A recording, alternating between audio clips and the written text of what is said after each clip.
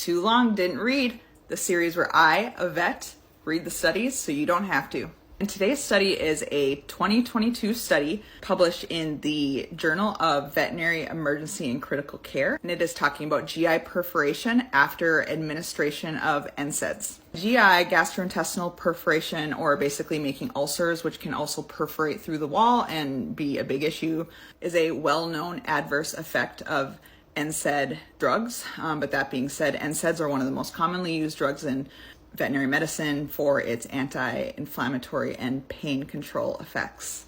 What makes this study interesting is that it is examining the different kinds of NSAIDs that we most commonly use in veterinary medicine. In particular, it's comparing carprofen, which is the most commonly used NSAID period and the most common non-selective COX inhibitor drug. It compares it to the COX-2 selective drugs. Those are the newer age of NSAIDs, anti-inflammatory drugs, that a long time have been thought to be safer than the non-selective COX NSAIDs. Once again, this is a retrospective study, so it's a little bit inherently flawed, but still can be useful.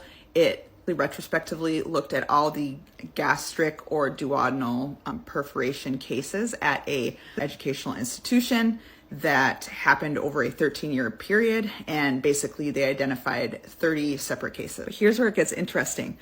Even though carprofen, which is the non-selective NSAID, was used the most often, and in fact it was used 70% of the time, when used as a single agent, it was never associated with gastric duodenal perforation.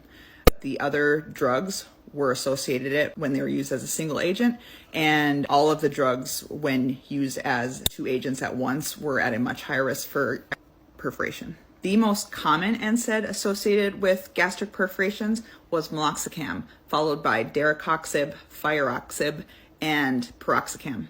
And while this study was very small, I do think that it is helpful for us to think about it in this aspect and don't just assume that the COX-2 selective drugs are safer. I'll never forget when I was in the emergency room as a new grad vet while doing my GP internship, one of the ER docs told me that they almost never prescribe meloxicam for this exact reason. They see way too many GI bleeding cases, so they try to stick to carprofen when they can. So I guess maybe their thoughts were backed by research.